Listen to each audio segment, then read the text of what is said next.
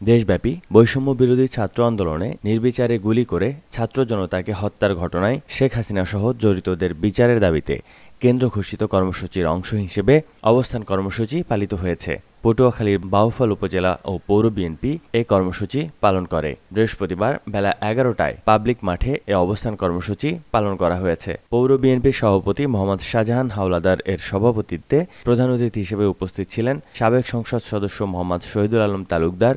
বিশেষ অতিথি হিসেবে উপস্থিত ছিলেন উপজেলা বিএনপির যুগ্ম আহ্বায়ক তসলিম তালুকদার, মোহাম্মদ জলিলুর রহমান, প্রফেসর জসিমউদ্দিন, অলিউল মজিদ সহ উপজেলা ও পৌর বিএনপি এবং এর অঙ্গ সংগঠনের নেতাকর্মীরা। বক্তারা বলেন, স্বৈরাচার শেখ হাসিনা সরকারের প্রেতাত্মারা এখনও বিভিন্ন এলাকায় বিভিন্ন পাড়া মহলায় বিরাজমান।